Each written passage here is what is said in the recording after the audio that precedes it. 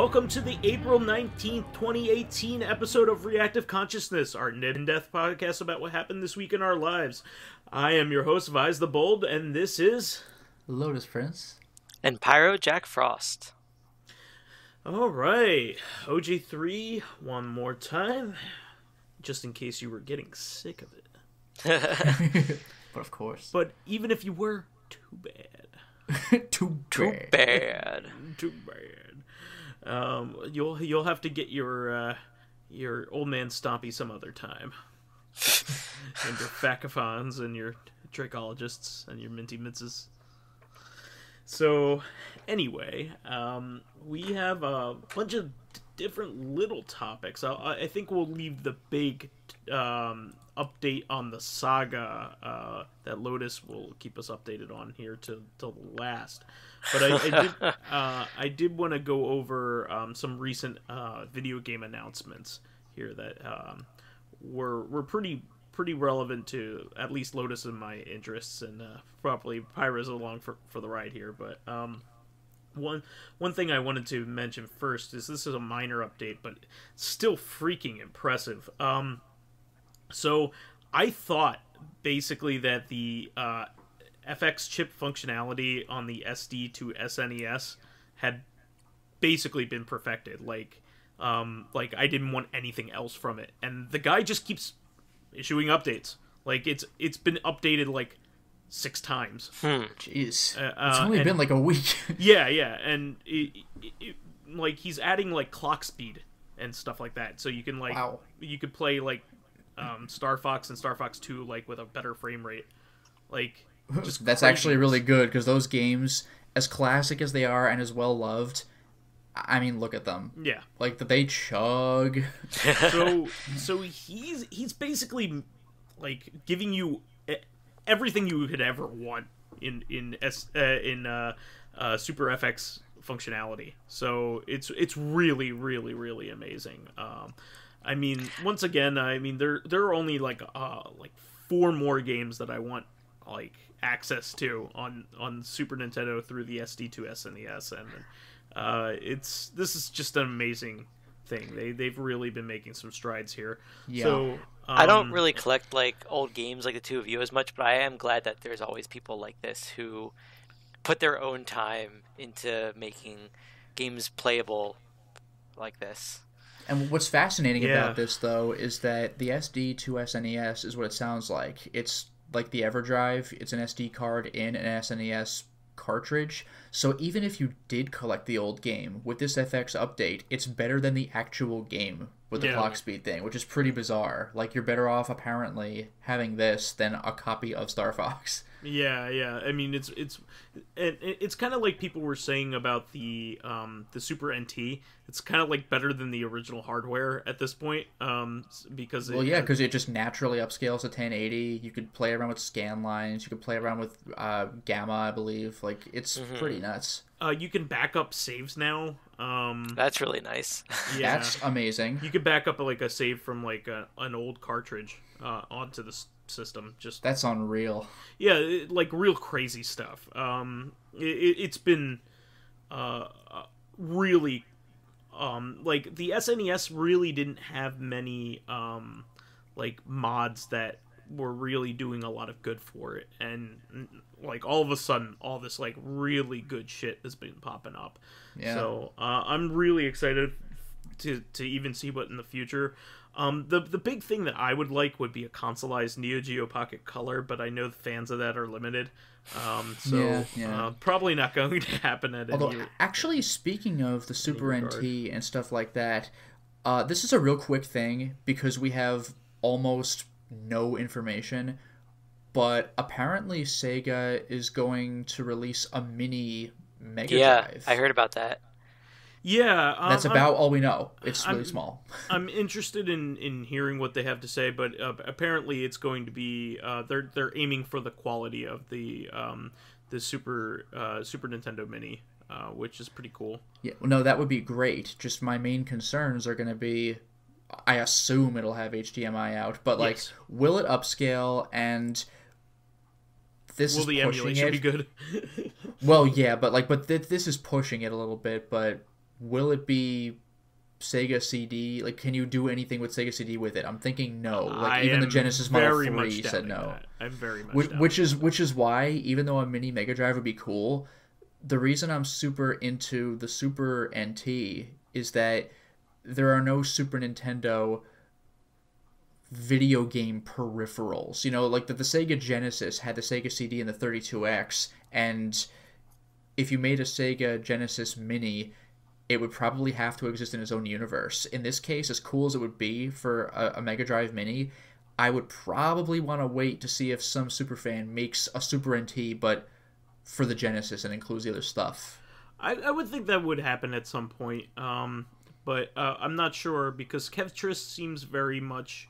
I don't know whether it would be the same guy because Kevtris very much seems Nintendo focused. Well, no, fine, but I mean, if someone makes it though, what I'm saying is, I don't. As cool as it is for the actual official developers to make something like this, it's amazing. I'm probably gonna have to wait for some fan to do a Sega CD version. Yeah. Although this is something I don't even know if it's a rumor or what, but was there talk about Sega potentially re-entering the console market? That always kind of pops up whenever they do one of these reissue systems. That was somebody like trying to get clickbait on this announcement. Yeah, I don't think at this point they're probably better off not. Yeah. They're probably better off the way they are, where they can sell their games to any console. They're actually doing way better now than exactly they have been in years. Yeah. I think it comes down to they don't have a reason to go back into the console market. They're doing fine. Well, yeah, they can work with Sony instead of directly against them. Yeah, they're doing fine right now. I mean, their Total War games do really well. Their Warhammer games do really well. And I'm loving their Yakuza series. They're doing a lot better as a publisher, I think, than they did when they were a console manufacturer. Maybe so, yeah. Yeah. I mean, they don't have a whole lot of waste. I mean, most of the games that they release are really good at this point, except for maybe the Sonic games. Which is ironic, but yeah. Well, Sonic Mania is super high quality, but like... Yeah, but that wasn't the Sonic Team game. That was literally a fan or fans that, like, do not work for Sega.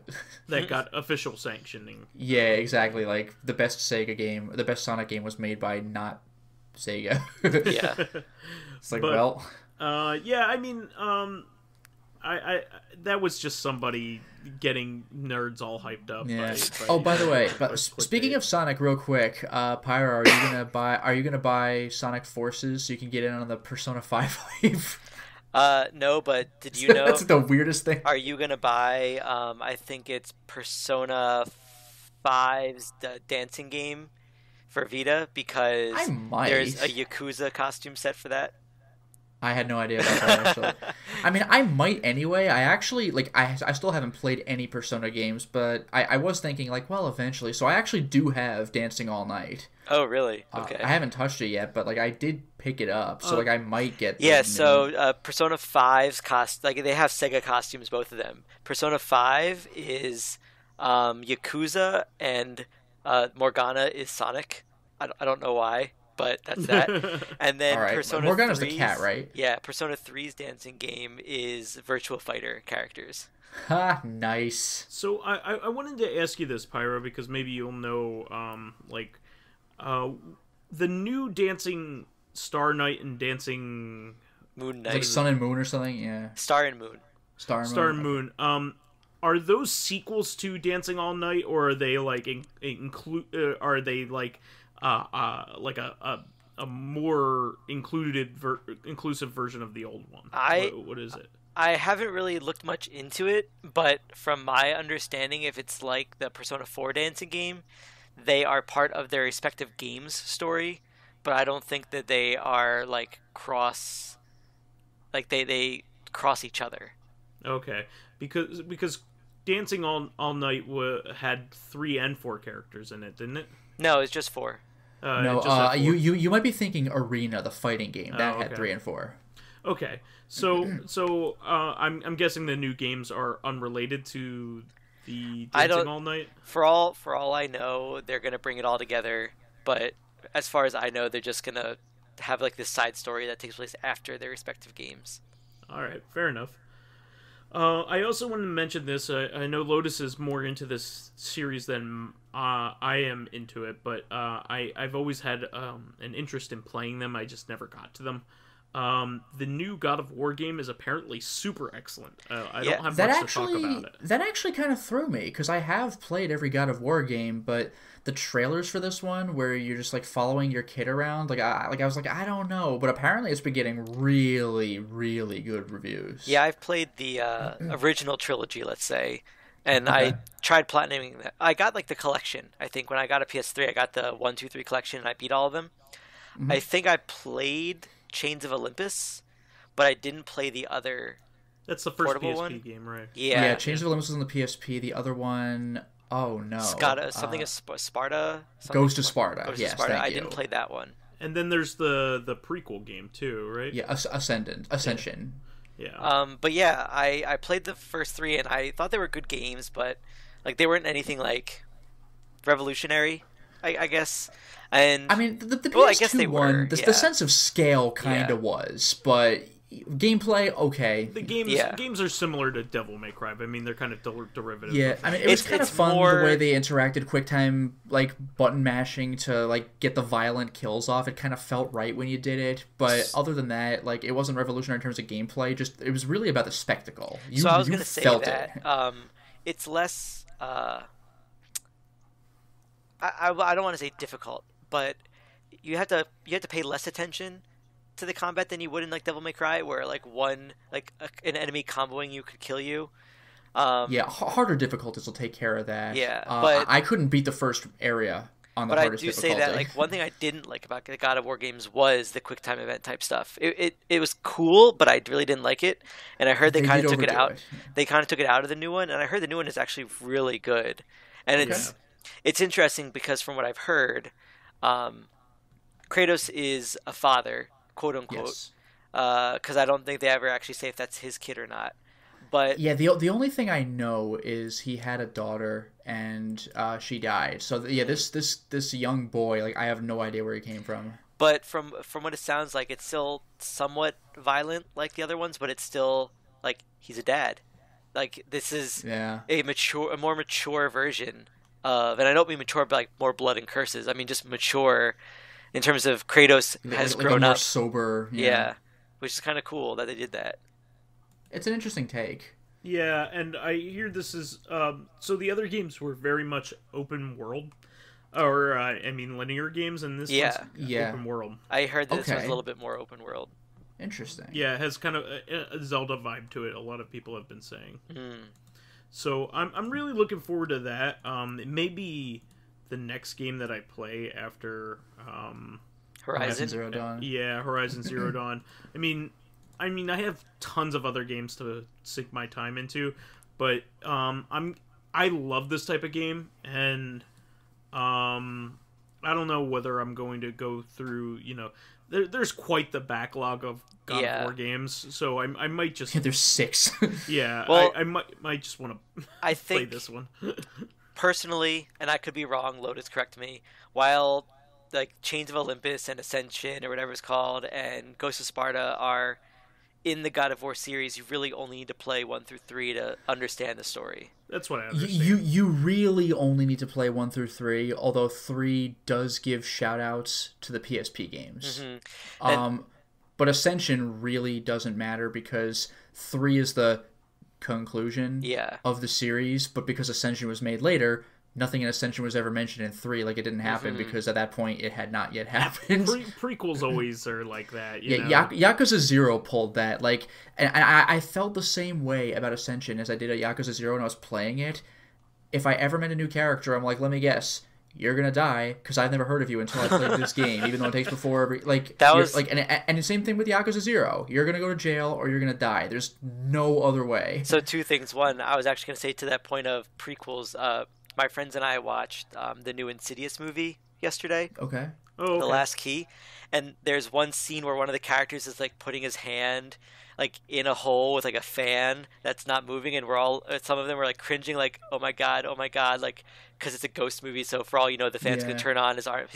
And then someone else was saying like in this is a prequel, in the next movie he still has his hand. He still has his hand, so he's gonna be fine.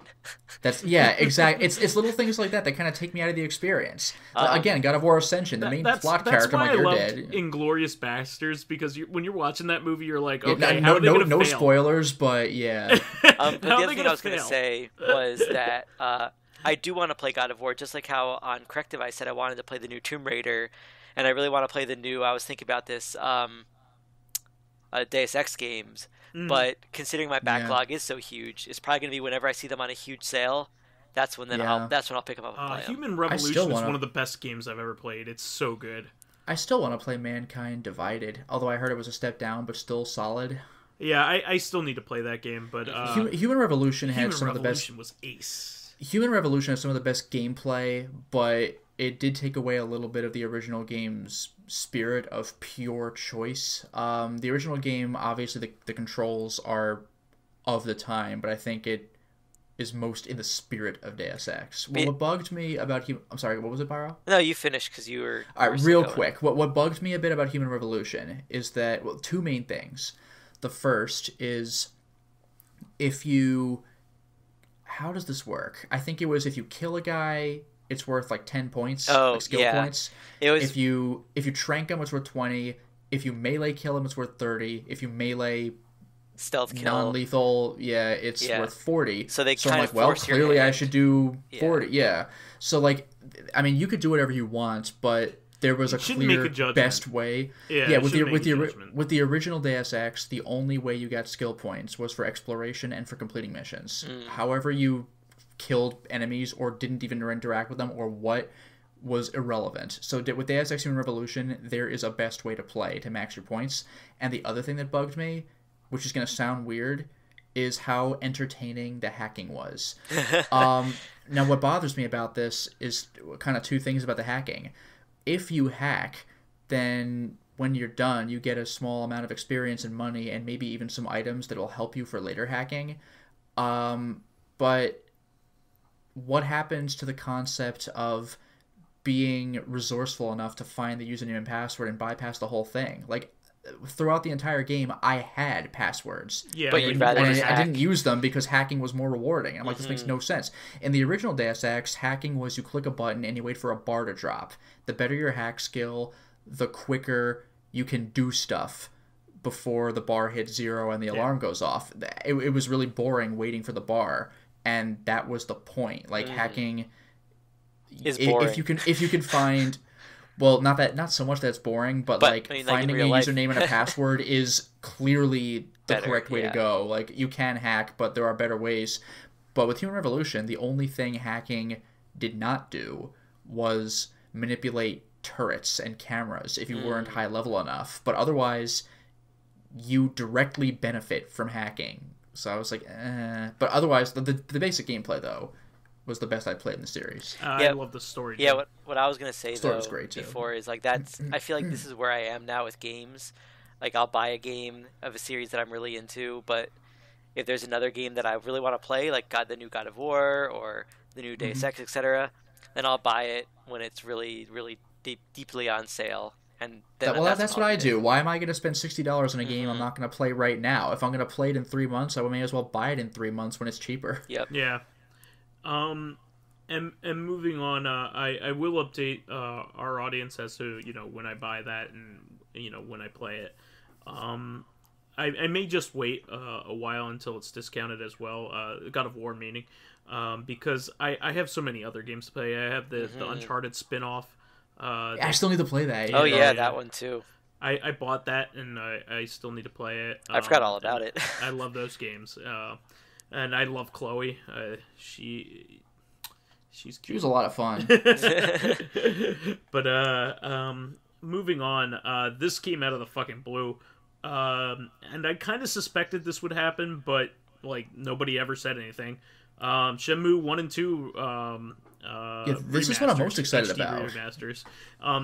So not only are they going to give them proper widescreen, but they're going to include both the English and Japanese dubs. I didn't know that. That's cool. And you have the option of original and modernized controls. Yep. Because I'll say this much: the original Shenmue when you're moving around in the house in the first person, when you're Were they investigating... tank controls?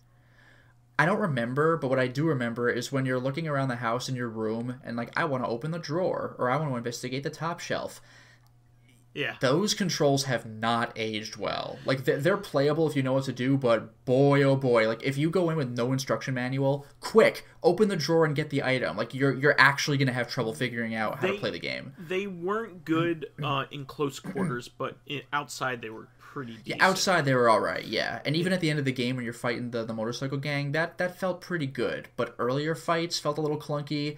And again, yeah, the first-person exploration was... like, running around the street was pretty okay, but that game could really do with modernized controls. I remember I was watching the Game Grumps play Shenmue however long ago, and they couldn't get anything done in the house. And I was watching this video, and I was like, really? And then I played Shenmue, and I'm like, oh. Like, there are certain things... Like, James Rolfe, the Angry Video Game Nerd, has tried to explain this multiple times in his videos, where if there's input lag or something... You can't really tell from a Video Game Nerd episode because you can't really detect that. Mm-hmm. So he has to film him pressing the controller and the TV. It's like that with Shenmue. Like, the controls... Delayed reaction. Well, it's not even delayed reaction for Shenmue, but for Shenmue, like, you have to just stop and say, look, these are the controls. Try to imagine me playing it this way. So, like, once I played the game, I appreciated the difficulty. Now, like, these are, you know, they're adding a bunch of quality of life stuff, but they're also, like... giving you, like, there's no reason why you would go back to the Xbox or Dreamcast versions of the game, like, from what I've seen. Speaking of which, speaking of the Xbox and the Dreamcast versions, this was never a European problem, but this was an American problem. If you have 1 and 2 in a collection, then you could do that data transfer thing from your moves from one game to the next, because America just couldn't do that. This will allow you to transfer your save very easily. That's cool. Oh, and by the way, from what I've heard, this was going to be on PS4 in Japan. I don't think on the Xbox One, but in America, I think it's on both, and there's a Steam page set up for it as well. Yeah, and Steam. Yeah, we're getting the lion's share of everything that you could ever want for this kind of thing, which is great. Except for the undub, so I'm keeping my Dreamcast version. I mean, the only I want those Coca-Cola advertisements, man. Yeah, I was gonna say the only thing that you're missing is Coca-Cola advertisements, which, whatever. I gotta have my Coca-Cola advertisements. Otherwise, what's the point? Yeah, no, I'll free up the space on my VMU now. Yeah, so actually, here's that actually is a lot of space though, for real. Here's an actual question for real. I don't think they would change this.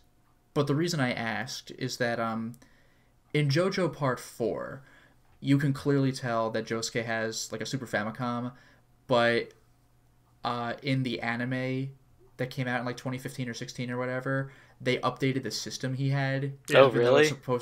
Yeah, so I wonder if Ryo still has a Sega Saturn in Shenmue. He should. I mean, he probably will. Yeah, I don't. I mean, it also has a mini game, Space Harrier. So like, he probably will. Yeah. But just checking. I don't think that'll change at all.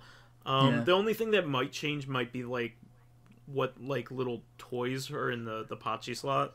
Oh, that's true. Yeah. Oh, you mean I'm not going to get my Virtua Fighter Kids shout out? Yeah. Who didn't play Virtua just Fighter like some Kids? of the licensed stuff, they might update that kind of stuff, but I think for the most part it's going to be all. No. No, I just realized they might not. They probably won't, because it's Sony. I forgot about this, but the game wasn't originally released on a Sony platform, but remember that was the whole debacle with Mega Man Legends 1. They had to make sure that the advertisements, like they could get the rights to put the soda machines and stuff in Mega Man Legends, because they can't change their own games. So it was either get the rights back or don't release it. Now, this was not originally their own game, so I don't know how that works for Shenmue. Hold up. That only pertains to if you are releasing it as a PS1 game. Okay. So if you want to call it a PS1 game, it has to follow those rules. But this is like a full remastering, so it doesn't apply. So maybe they can change it. All right. I was gonna say, I don't know if either of you heard, but talking about remakes, there's a Kickstarter going on currently for the Myst 25th anniversary. Oh, they're actually they're not remaking anything. They're not up-resing anything, but they're making all of the Myst games playable on modern computers. Oh, and it's like a complete collection. That's really cool. And one of the cool things that I've actually been putting off kickstarting it because it's going to be a lot of money. Like that would just be $60, but they have a really cool, if you spend like $100 and some odd dollars, you can get all the games in like a bookcase. But also when you open it, the front page is an LCD screen, so it's like a linking. It's like a linking page. Oh wow! Yeah, so it's like $150 or something, and I've been putting it off because I'm like, I really that want is tempting, this, but that's kind of a lot of money, and I'm not like a collector. I don't like do collector's editions because I find them a waste of money. But this is like the one thing that I'm like, I've always wanted something like this. Each time you remove a game from the case, the picture gets more and more fuzzy. Well, it'd be so amazing. The thing is, like, you were a big fan back in the day. You read all the books and all the lore. Yep. So I really hope into these games. I really hope that because I think they were only asking for like $250,000, and last time I checked, they were at like $900,000, and they don't have any stretch goals yet. I'm really hoping that one of the stretch goals is like the books, because I've lost my copy. That would be amazing. I've lost my copy of the books, so. Actually, you know what would also be what's also cool about this is that a few of the Myst games have been available on GOG for a while, but not all of them. I think 4 and 5. So GOG is working with them to make them all compatible on Windows 10. Oh man, that's so good. So the story behind that is the first 3 games were made by the original team, and then the 4 and 5, I believe, were made by Ubisoft separately. Okay. And then Uru was made again by the original team. So I forgot about Uru. Wasn't that like an online one or something? It was supposed to be online, but it was never online. Okay. Like they shut down the network, and you can tell it's supposed to be online. Like when I used to play that, though, some of the worlds are way too large. Oh. And to try to solve puzzles in like a third person game and in large areas like that, it's like it was really boring. And I think some puzzles actually required multiple people, which made it really hard to do. That's frustrating. Yeah. I think they may have released the online version on GameTap, is what I kind of heard.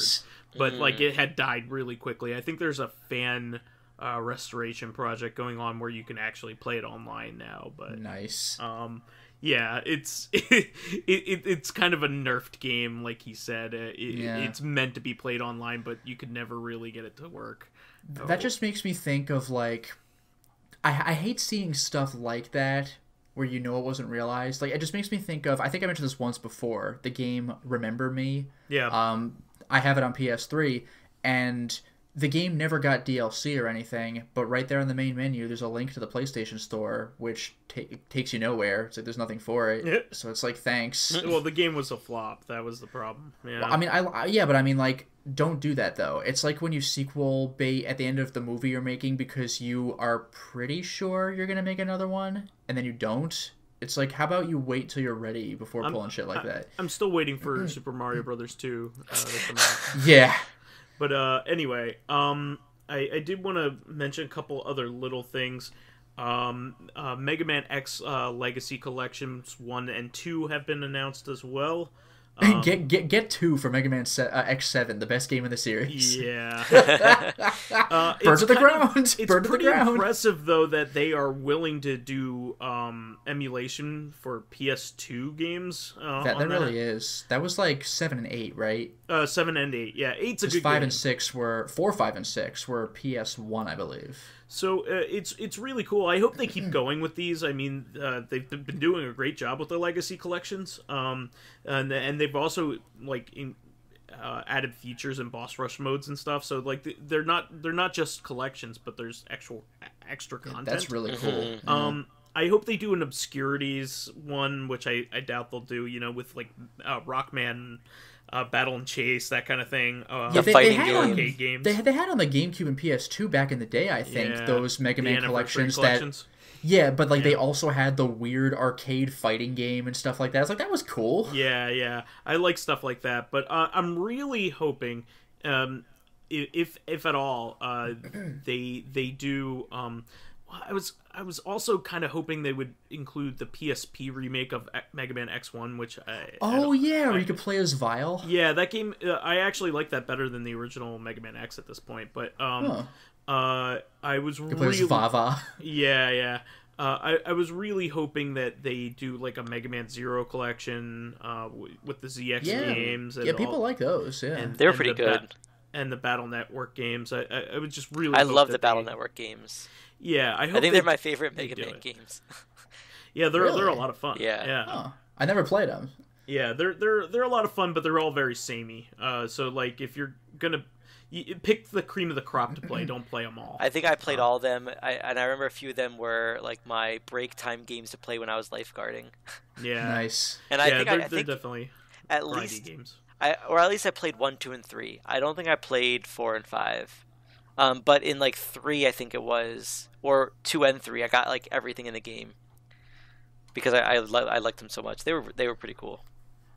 And going along with this, SNK announced a really awesome collection, their 40th anniversary collection. So with all of the awesome Neo Geo releases that have come out recently, all the recent arcade ports, they decided to release a collection of all of their games before the Neo Geo. It's very, very comprehensive, which is my favorite part about it. That's actually the part I was wondering about, like if there was an update or something, because I remember first seeing an update about this. It's going to have games like this, this, and this, and this.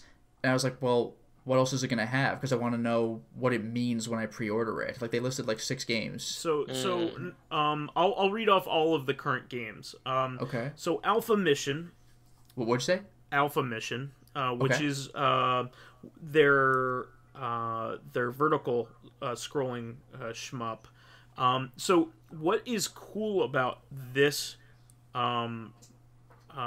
collection in particular is not only are you getting all of the arcade versions of these games, but you're getting the NES versions of all these games too. Oh, no way. That's cool.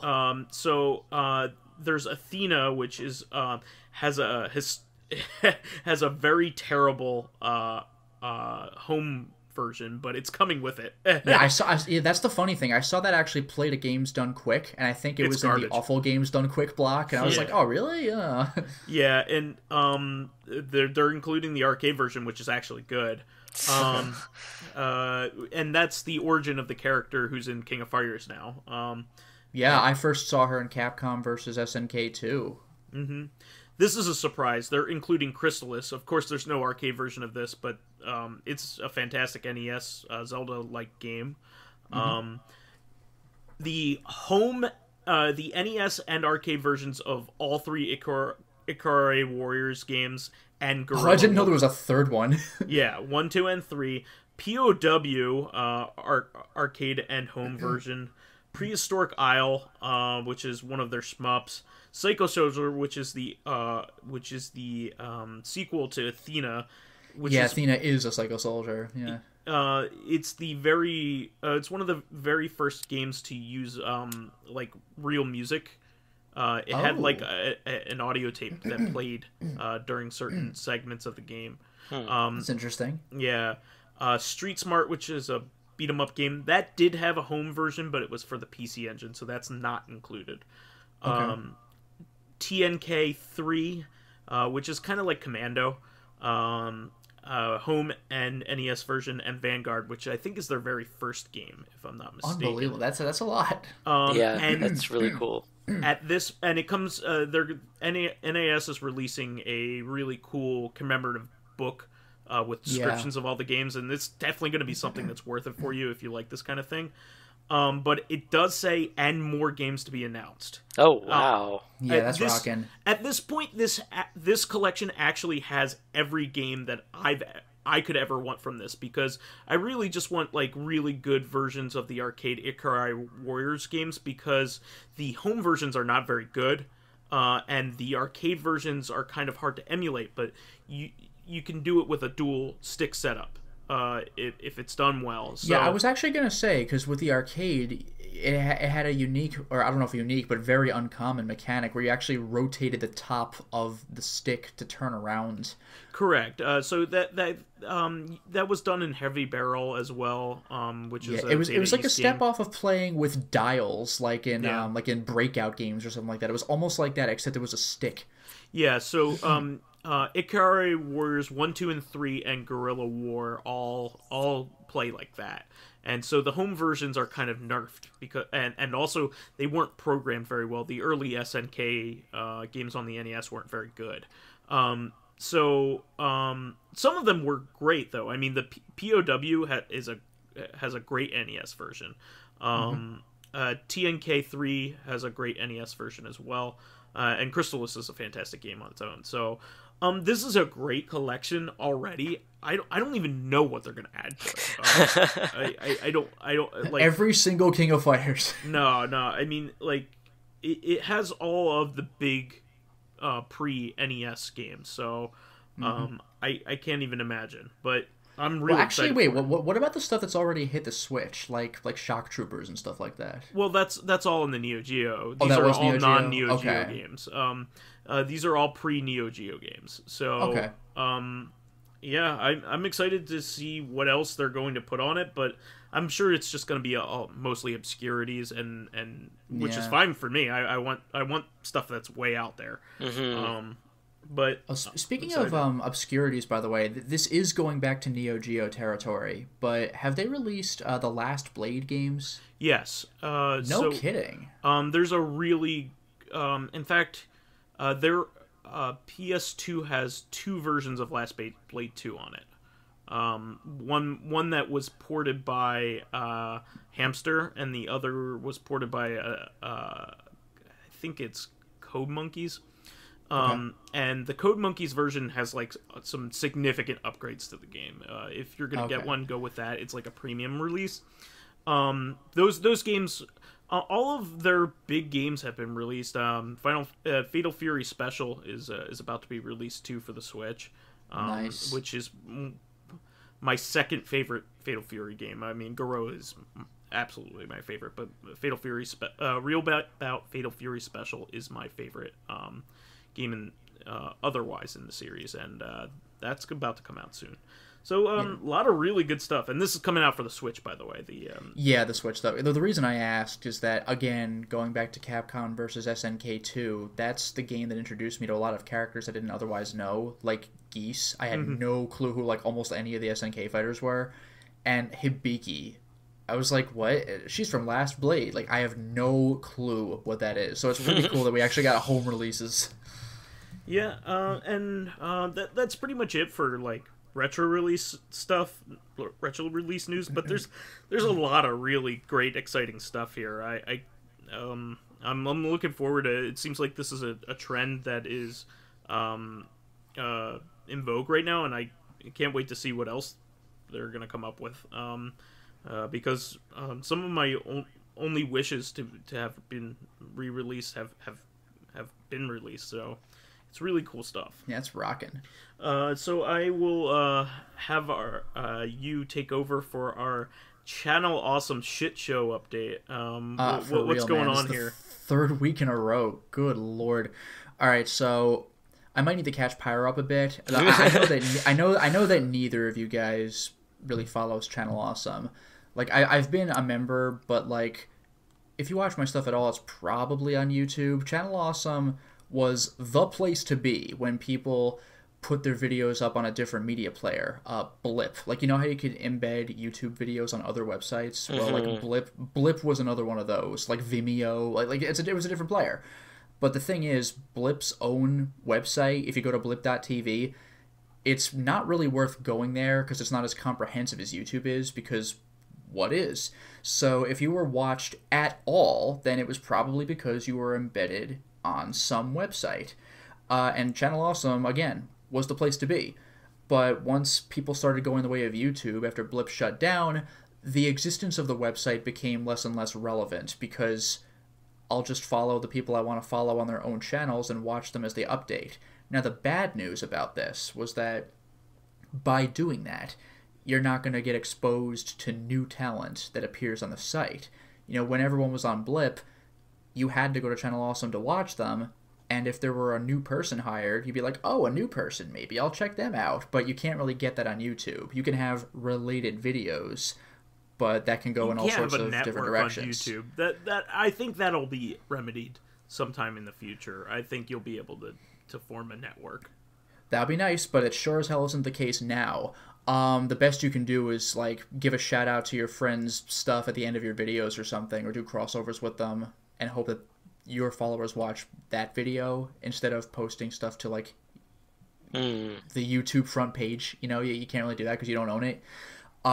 So a lot of people went their own separate ways, but Pyro, I don't think you even knew about the beginning of this. But I was on, I think 3 weeks ago is when it started that I was on, and you talked a lot about it. So I know the beginning. So you know about the Google Doc? Yeah. Okay, you do know about the Google Doc. All right, so what you missed was that Channel Awesome eventually issued literally a non-apology on Twitter where it said, you know, we sincerely regret that you feel that way for anyone who felt slighted or this, that, and the other thing. And boy, that got a lot of people mad. Even people who didn't even know about the drama, because not everybody follows those particular people's Twitter accounts. The people who just follow Channel Awesome read that update and they were like, I don't know what you're talking about, man, but that's a non-apology. It's really dickish.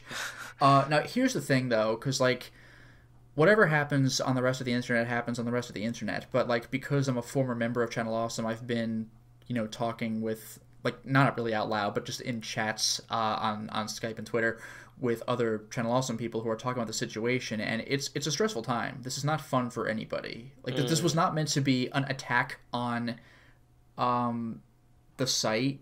It was more meant to just vent frustrations. Like, nobody intended to, like, you know, take that, Channel Awesome. Like, that wasn't really the point. It all started when somebody had asked Obscurus Lupa on Twitter, because she had mentioned something. I forgot what. Maybe it was about the It movie or something. Maybe. And somebody was like, hey, did you see the Nostalgia Critic's review of the It movie? And she's been getting a lot of questions like that whenever she mentions things that happen to coincide with stuff that happened on Channel Awesome. And it's like, oh yeah, did you see the corresponding video? And it's always like, no, I don't follow them anymore. I'm done with them, blah, blah, blah. And this must have been the straw that broke the camel's back. And she's like, no. And look, I had a bad time. Here's a bunch of bad times. And this goes back to Pyro, what you were here for, where just a lot of people just piled on with their own grievances, and then they made the Google Doc. This is how it came about. It wasn't, like, planned. It was just kind of like, you know what? I'm going to write this shit down so everybody knows. So there was that shitstorm after Channel Awesome's non-apology. And more people left the site. You know, it went from 20-something people to, like, 13 people. Like, it really went down. And now it's gone down even more. But what happened more recently... wait for it. So here's the thing. People were posting their own YouTube videos on about the situation. Like, that was a great way to get quick, like, you know, rage boner views. There were various, like, internet... like article sites publishing their takes on the situation because it was actually big enough to get hit with some news sites like the Daily Dot. So it was a really hectic situation for everybody. But then it finally started to die down. You know, like there were a lot of mass unsubscriptions from Channel Awesome, like a lot. But, you know, whoever was going to stay, stayed. Whoever was going to leave, left. And things finally started calming down. But then Channel Awesome issues another thing, like another statement. And they fucked that up too. And now there's another shitstorm. So the Twitter thing was like, we're sorry you felt that way. But after that, they posted an actual update on the site itself, which was our response. And it's considerably longer. Like, this is... it's not the longest thing in the world, especially because a lot of it's pictures. But it's longer... but it's so petty and dickish. So, because, like, it just is. Like, it starts off sounding pretty okay. Like, since the posting of the not so awesome, that's what the Google Doc is called, document, On this date, we've been exploring all of our options on how to address, and then they fuck it up immediately, the lies that have been alleged by multiple disgruntled individuals with vindictive intentions. Yeah, all these people are lying. All of these people that's the thing, like, literally 20 people, all of them who came together by coincidence. You can just check. Like, if you go back to the Twitter thread, you can see they're conspiring. This was not planned. They're all conspiring. It was a brilliant conspiracy that required a fan to ask an innocuous question. Wow. But here's what gets more dickish is they don't address everything in the Google Doc because there's a lot in the Google Doc. There's a lot.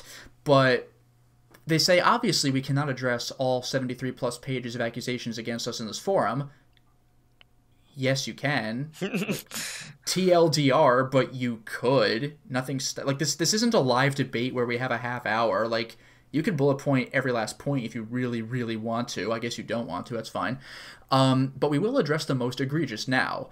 But here's the part that came off as dickish to me. Because, like, I kind of glossed over the lies and disgruntled individuals with vindictive intentions. And when I went back and read it, I was like, oh, wow, fuck you. But the part that stuck out to me, because it's in boldface, because they're trying to bullet point this stuff, is they have accusation, and then what the accusation was. Oh, but then the response is fact. And it's like, oh, fuck you. That's so pretentious. Like, wow. Oh, by the way, this is actually a little known debate technique, and I recommend you try it. If you say that it's a fact, then that means that it is one. Little known piece of trivia there. But it's so fucking dickish. But the part that I like, though, is that one of the accusations, they kind of they almost back it up without intending to. They like kind of confirm like a certain thing. I don't know if there was their intention or not. Like, Sean Faust had come up with something that was particularly, damning, and they kind of validated his point. So good for him. But otherwise, what I find pretty dickish is, other than Sean Faust, they mention him by name. Nobody else, except for like particular female producers, like the women. I don't know if that was a coincidence or what. You can interpret that however you like, but other than Sean Faust, because his accusation was a really big deal, otherwise, other people they just kind of threw under the bus, and it's just like, man, come on. Like, after saying these such and such lies. By the way, bad move with lies. If you said they're not true, that's one thing. You can interpret that however you like. Maybe maybe the people who made the Google Doc made a mistake. Maybe they misremembered. But lies mean that they are actively intending to deceive you. So it's like, go fuck yourself, man. I'm sure all of them are lying, by the way. Like, every last person. In the I know I said 65-page document last time, but now it's like 70-something because more people weighed in. So have fun with that. I'm sure they were all lies. It's fine with their screenshot evidence. It's no problem. One of my favorites was about Lupa herself, which because a lot of the complaints weren't anything that you would like go to court over. It was like, filming sucked. That's what a lot of the complaints were. Mm-hmm. Some of them sucked worse than others. Some of them were pretty damn bad, but like a lot of it was like, man, this sucks. And my favorite was they had referenced they embedded a video clip of Lupa after having filmed that 4th anniversary special to Boldly Flee, where they were like, if it was so bad, then what about this? And it was like a video of her saying that it was a good time filming, etc. But there's a couple things that make this wrong to the point of being funny. One of them is that you can tell in her voice she's just kind of saying it. And the other is that this was a DVD extra of To Boldly Flee. So what is she going to do? Shit on the movie in the movie? And number 3, despite having worked on that movie, she never actually got a copy of it. So it's like, that doesn't really invalidate anything. It's just thought you should know that. Yeah. So there's just a bunch of just bullshit. Stupid. So needless to say, this caused another shitstorm, another mass wave of people unsubscribing. That's just how I'll say it. More information on another news site. It's just like, it was over. Why would you actively walk into the line of fire again? What the fuck are you doing? Like, here's the thing.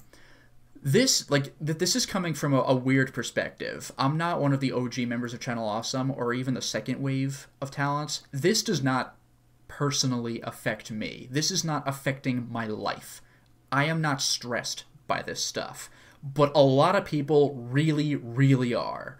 And, like, they really wanted this to be over, and then they released this fucking Our Response gaffe and just, you know, just pour more fuel on the fire, and they were like, come on! So with me, I'm just like, I guess I'll see how this plays out, but other people are really not happy about this. And at this point, nothing yet, but there may be some kind of video response later, and whatever that is, like, just fucking let it die. Yeah. It's only been worse for you each time. God damn. They're shooting themselves in the foot. They already did. They shot both fucking feet. What more do you want? They don't have any more feet. You know what this reminds me of? Yeah.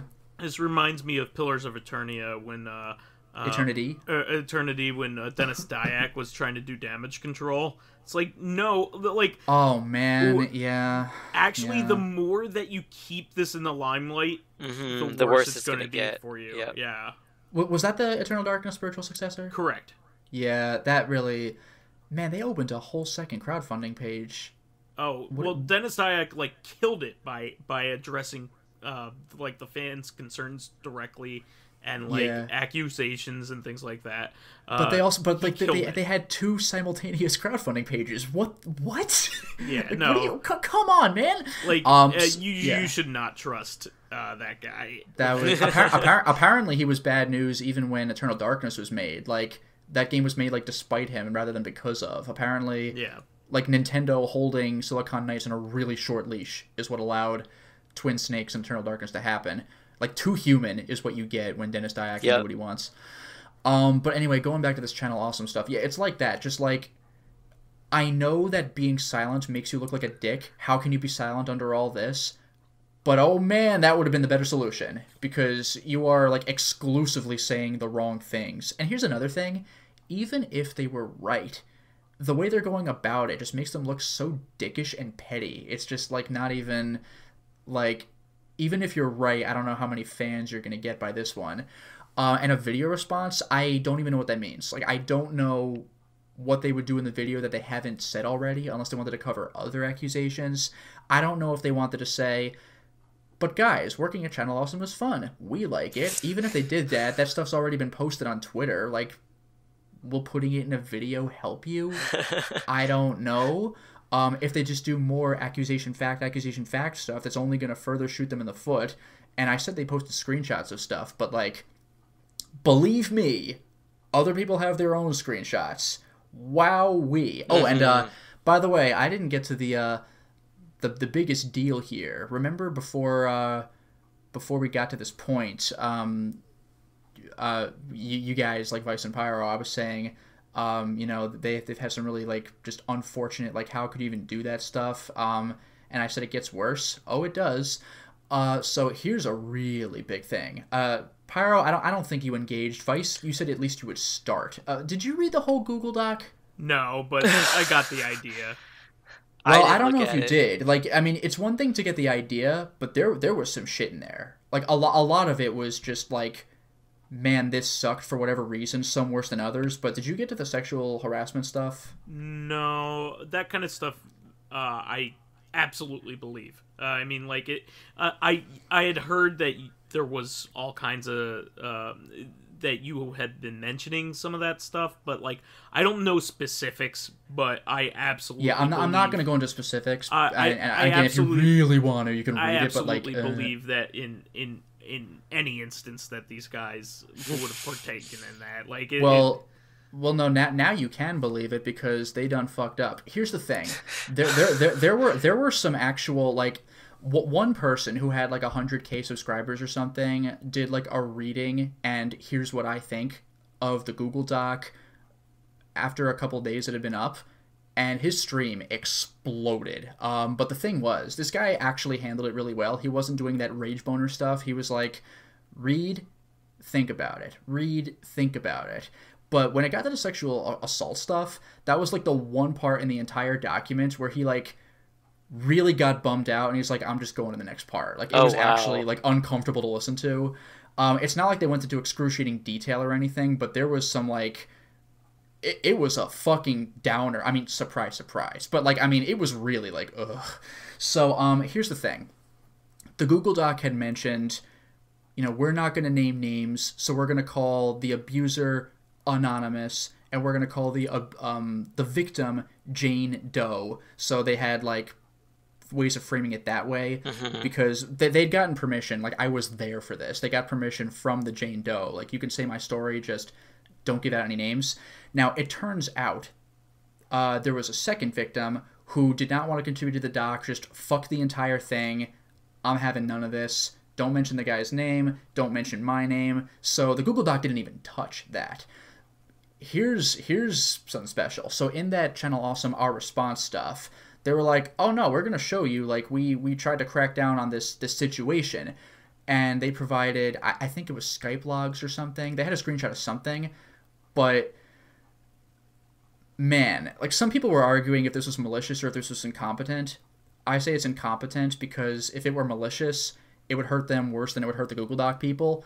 But when they released the Skype conversations about the situation, they left the timestamps in, and some of the censoring of the names was not the best, so people were able to piece together not who the Jane Doe was, I still think they don't know, but who the abuser was, and that was a fucking situation, because other than the people who knew before, nobody saw this shit coming.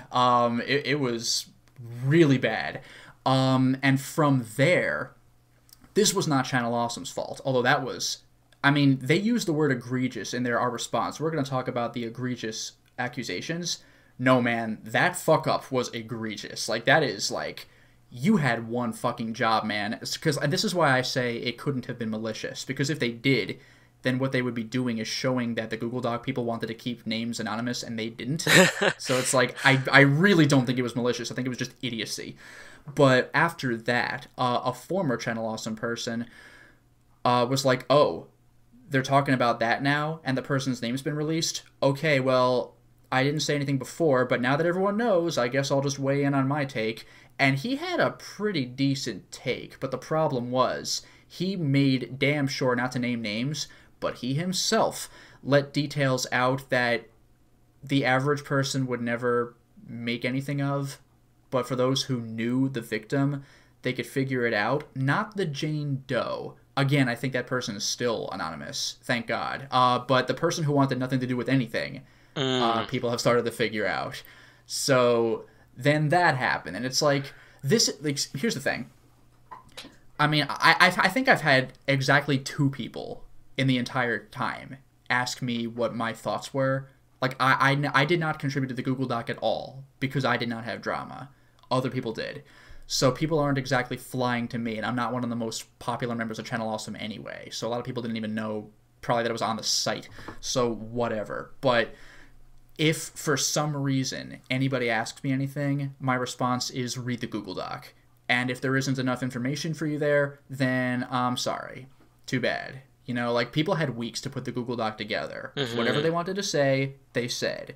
If they didn't, they didn't. So, read the doc. 0 of these stories are mine, so I'm not going to be that asshole who outs people. But here's the thing. This is why you don't throw more out there. Like, oh, I was there that day. Like, man, that sure was a bad day. Like, you could get away with it, but the more you talk, the more you risk letting information slip, and that's what fucking happens. It's like Channel Awesome fucked up, this guy fucked up. When you're giving a white lie, you give as little information as possible, so you don't get caught in your own lie. Yeah, you better remember your lie damn well. It's so easy to get, tangled in a web of lies, that whole thing. So that's kind of the whole situation right there. So I figure the best way to keep a secret is to fucking keep it a secret. Like, I mean, I've talked to people on Skype who have told me very personal information, and I just don't talk about it. I'm not the kind of person who goes, well, Pyro, well, Vice, like, I'll tell you, but don't tell anybody. Like, no, I'm breaking the fucking secret at that point. It's not a secret anymore. Even if you guys do keep your mouths shut. It's like, well, I've already tripled the people who know it now. Like, so I just don't. Just fucking don't. If you tell us while we're on the air, it'll be even better. Yeah, that way, no one will know. It's fine. No, hey, everybody, be cool. Be cool. Yeah, the listeners to Reactive, don't tell anybody this intimate information that's even if you don't, it's still fucking on YouTube. But no, but here's the thing. It makes me think of that line from Clue. Vice, you may or may not remember this. Pyro, you probably will. This wasn't one of my favorite lines in Clue. I have other lines for that. But this line, in light of recent events, has really been growing on me. Which was, can you keep a secret? Like if someone wanted to know something. Can you keep a secret? Yes. So can I. Yep. Yeah, that's like, yep. Shut the fuck up. If I tell you, then I'm betraying that person's trust, even if I know you won't tell someone. So that's the whole thing. Don't do it. So that's why, like, when people, not to mention, when randos on Twitter or Facebook or whatever hit you up for information, like, are they helping? What the hell are they going to do with this information? They probably just want to know to satisfy their curiosity. I don't blame them. Like, I get it. That doesn't give them a right to know. Yeah, like, even if I sound like a jerk, it's none of your business. And, like, honestly, it's none of my business. I just happen to know this shit because, like, you can't escape it now. So Channel Awesome fucked up who the abuser was, which, that was a fucking circus. And this other person accidentally let slip, indirectly, who, not Jane Doe, but this other victim was. And, like, oh, man. And by the way, here's another thing. Particularly bad, though. Like, the victims shouldn't be outed at all. Like, no shit. Yeah, it was bad, man. And here's the thing. Here's another thing. Channel Awesome, like, everyone is saying you should just apologize. Even if it doesn't mean much, just fucking token gesture, anything. But they've been doing it like, no, I'm right, you're wrong, and they're making this a competition. Now, here's the thing. The things that I am about to list are not indicative, necessarily, of guilt, at least in a vacuum. And I know this sounds like a lame goddamn question. It's like from Looney Tunes. Like, when someone's hunting down Bugs Bunny, I'm looking for a rabbit. Really? Would a rabbit do this? So, like, it's this kind of question. Do you think an innocent party would, well, number one, be super aggressive with those ads without having proper information to back them up, but do you think that the site that is in the right would have all but fucking 2 producers leave? Because they are down to fucking 2, other than Nostalgia Critic and his entourage. God damn. 2. Do you think... Oh, here's the funny thing, by the way. The people who left... Some of the people who left were Linkara, I think I mentioned that last time, Film Brain, and while she wasn't a video producer on the site, she was a mod, Dodger of Zion. They were the people who moderated the forums. And now the forums have no moderators. Has Tamara left? Huh? Tamara? No. Okay. She's actually been on the defensive, which is not a good look right now. But, the thing is, I don't think she had anything to do with any of the problems. And the Google Doc people were saying, don't bring Malcolm or Tamara into this because I don't think they had anything to do with anything. But now they're doubling down defending CA, and it's like, ooh. But so the moderators of the forums left, and the forums...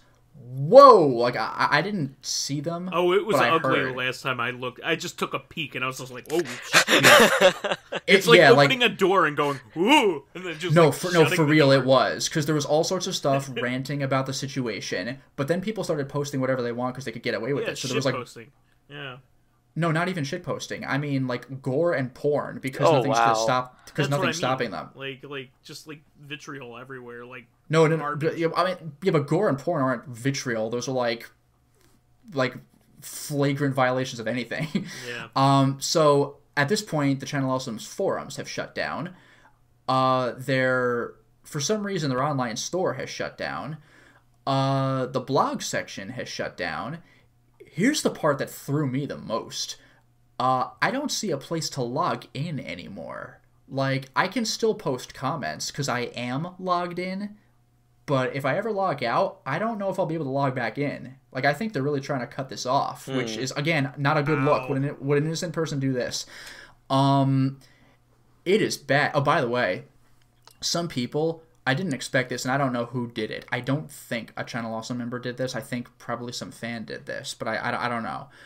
But I guess YouTube isn't the best way to make money. It's good, but not the best, and they must have been running into some sort of money troubles because with the Nostalgia Critic reviews, they've started doing podcast style stuff where in the middle of the review they'll give a shout out to some sponsor. So one of the sponsors was like Black Tux. It's like a rental tuxedo service. And I guess someone reached out to Black Tux with this information, and they were like, "Oh shit!" and they pulled their sponsorship. At this point, if you go to the site, if you click on somebody's video, there are no longer ads on the site, which ironically makes it the most usable it's been in years, because that shit slowed down my internet. It was way too full of ads, but now there are 0 ads. And it's like, yo. Wow. It is not looking good, man. And if you go to the drop-down list of the producers, again, there used to be like 40, but now there is no anime and comic reviewer. There is one video game reviewer, and that is Guru Larry. There is one movie reviewer, because the Nostalgia Critic, like Doug, has his own section. So other than him, there is one movie reviewer, and that is the Cinema Snob. And then there's archived posts, which is just every single person who's left the site, just if they allowed archiving of their videos, then that's where you could find them. But because it would look silly to have this horizontal drop-down menu with one person on fucking each category, now they have just one category, which is archived videos, Brad Jones, Guru Larry. So there's fucking 3 things, and one of them isn't a person. And Guru Larry, he has been loving this shit, because, like, logically speaking, he should have left a long time ago, but he's been making a game out of it. Like, I want to be the winner, like the last man standing on the Channel Awesome. He's going to be the winner chicken dinner of Channel Awesome. He literally posted that. Like, he actually posted that, yes. He's and people playing Battlegrounds with the fucking site. No, he does play Battlegrounds, so that's why he did that. So here's the funny thing, though, because Brad Jones is still affiliated with the site, but I think he removed nods to the site from his Twitter profile, so people thought he left. So Larry was like, yes, like, I'm the last man standing. So, like, there have been hilarious memes with his, like, you know when you click Guru Larry's video, he's not often on camera, but he always has that cartoon depiction of his face. People have been putting that shit everywhere, like, in ways that indicate the situation. Like, they put his cartoon face on one of the violinists on the Titanic as it was sinking in the James Cameron movie. Somebody put, like, the destruction of Rome circa like 800 BC colorized, and it was like Nero playing his lute, but like with Guru Larry's face on it. I was fucking dying myself. It's like, wow, dude. It's been quite a show. And by the way, you know Mega 64? Yeah. You know the guy, I think his name is Rocco, like ROCCO. Mm-hmm. He posted on Twitter at one point, "Hey guys, I just joined Channel Awesome," and then 2 days later he posted, "Guys, I just quit Channel Awesome." Like he was getting in on it, and people were like, "What?" The Nostalgia Critic, by the way, is Doug Walker. His brother is Rob Walker, and Rob still has he still has a private Facebook profile, like just his personal profile, but he had a public page which anybody could follow. But I wasn't there for this, I missed it, but somebody screen capped it. Apparently the last thing he did with that profile was he posted that picture of the big tree on fire from The Last Jedi, and then he deactivated his public profile from Facebook. And it's like, Jesus Christ, like, yo, like, even Angry Joe was actually, obviously he's a contributor, but he was also listed as, I think, one of the partners of the site, like a business associate, because he's big enough that he has his own thing. He has like the angryjoeshow.com. He was unaware of the whole situation because he was busy as hell promoting his Street Fighter minifigure game and going to PAX East. So when somebody finally called him on the phone, he was like, wait, what happened? And he announced his departure like once he got up to speed, because he was like, let me check this out. He announced his departure like 30, 40, 50 minutes later. He was like, I'm out. Oh, wow. And there was somebody else like Blockbuster Buster who doesn't much do social media in general, which is why he missed all this. When he was informed, he was like, okay, guess I'm also out. So like everyone's fucking gone. Like they were going to make a 10th year anniversary movie special. I might have mentioned this last week, but because everyone fucking left, they can't. So like that's been canceled. But here's some news about that, by the way. The Blockbuster Buster made a YouTube video of his departure. He wasn't notified that the special was canceled. Now, you could say it's because the higher-ups have way too much shit in their plate right now, but he didn't know it was canceled. He'd been, like, memorizing his lines for, like, a month or two. And it's like, nobody said anything. Like, Linkara came in and he was like, by the way, there's no more movie and here's why. And he was like, what? And meanwhile, Angry Joe didn't know the movie was canceled. Nobody told him. How the fuck? And like, because at first Blockbuster Buster was depressed because he's like, I know I'm not one of the bigger people on the site, but am I really so small that they're not even going to tell me this shit? That's depressing. But then he learned that Angry Joe didn't know, and he was like, well, now I'm just confused. Like, I feel a little better, but what? And apparently Angry Joe had, like, rearranged, like, some travel plans or whatever, so if he finally had, like, I don't think anyone had told him about the cancellation, so he theoretically could have just, like, flown to Chicago, and there would have just been, like, no one to pick him up. Like, that didn't happen, Jesus. thank God, but, like, dude, like, so, like, it is a storm, man. Like, it, like, every time, like, I mentioned the Google Doc before it launched, and it was like, oh boy, this sure sounds bad. Then it launched, and I talked about the fallout. Good lord, that's bad. Then Channel Awesome issues their non-apology. Oh my god, can it get worse? Then they issue this our response, and it's a fucking garbage fire. Like, how, like, what is this video response gonna be? What's it gonna be? What's it gonna be? I don't know what it's gonna be. Like, what the hell could it possibly be?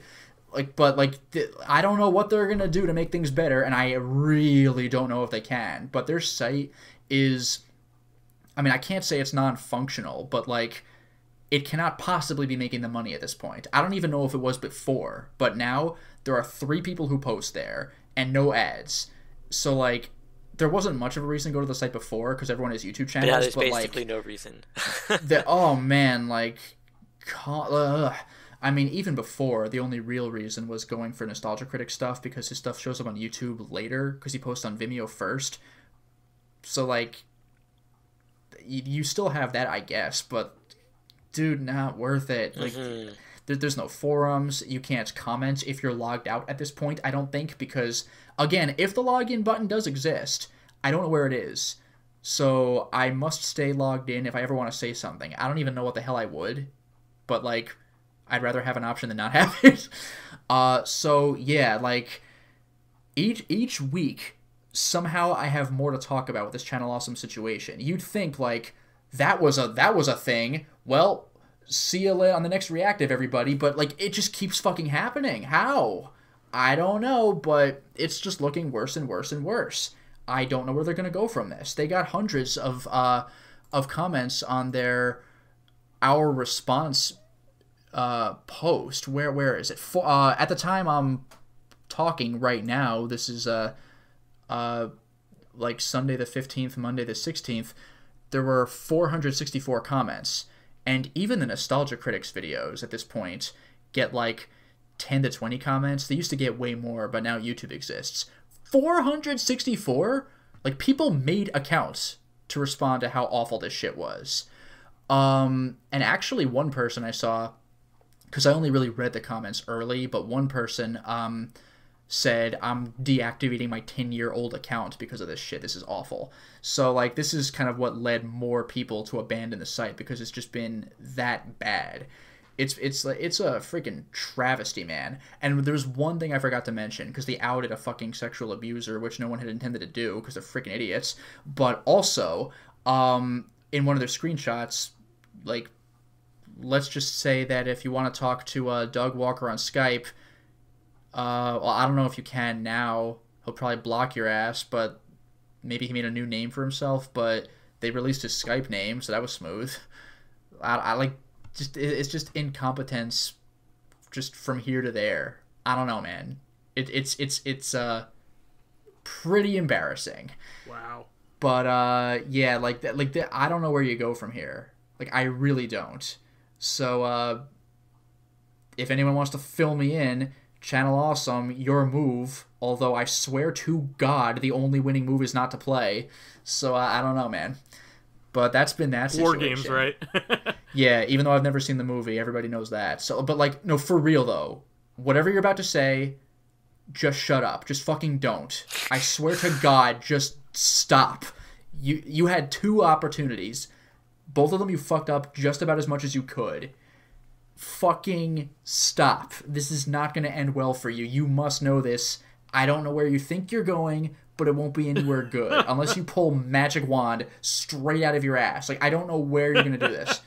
There is no, like, unless you are way more resourceful than I am. I genuinely do not see a good direction to go from here, unless, again, even if it's clearly a token gesture, just fucking apologize for something. You don't have to incriminate yourselves, but just fucking end this. Don't keep saying, but no, I have the evidence that'll show them that all 20, 25 of them, because more came in later, all of them are liars with their screen capped evidence and are screen caps of stuff that isn't really that great. This is all just fucking stop. Yeah. So with that pleasant note, that's our reactive for today. Tune in on Tuesday. Yeah. Vice are a little better at it than I am, I think. You may have problems with the intro, but you nail the outro every time. And that's the show for this week. Whoa! I'm Casey Kasem. Good one, Shaggy. Few people knew that he was actually the voice of Scooby-Doo, but anyway. Oh, no, he's the voice of Shaggy. Shaggy. Yeah, yeah. Who was? Casey Kasem.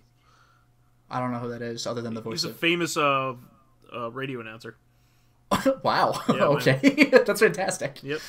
Right. So please remember to subscribe to the Corrective Consciousness YouTube and SoundCloud pages. While there, please give us thumbs ups, likes, and 5-star ratings on iTunes. It helps promote and spread awareness of the show, and any bit of encouragement helps keep the show going. You can also catch us on Tuesday for our sister podcast, Corrective Consciousness, the podcast about our lives and pop culture. Finally, you can friend me as vysethebold on Steam, PSN, Xbox Live, Twitter, Battle.net, and Switch. And you could follow me on my YouTube channel, Lotus Prince. You can hit me up on Twitter at Lotus Prince. And finally, if you are interested in seeing my videos early, getting in on exclusive live streams, or even selecting upcoming games for me to Let's Play, then perhaps consider swinging by my Patreon accounts, which can be found at patreon.com/LotusPrince. And you can find me as PyroJackFrost or Cloudoid540 on pretty much all gaming and social media platforms. All right, we'll catch you on Tuesday, everyone. Until next time, everyone. Bye-bye.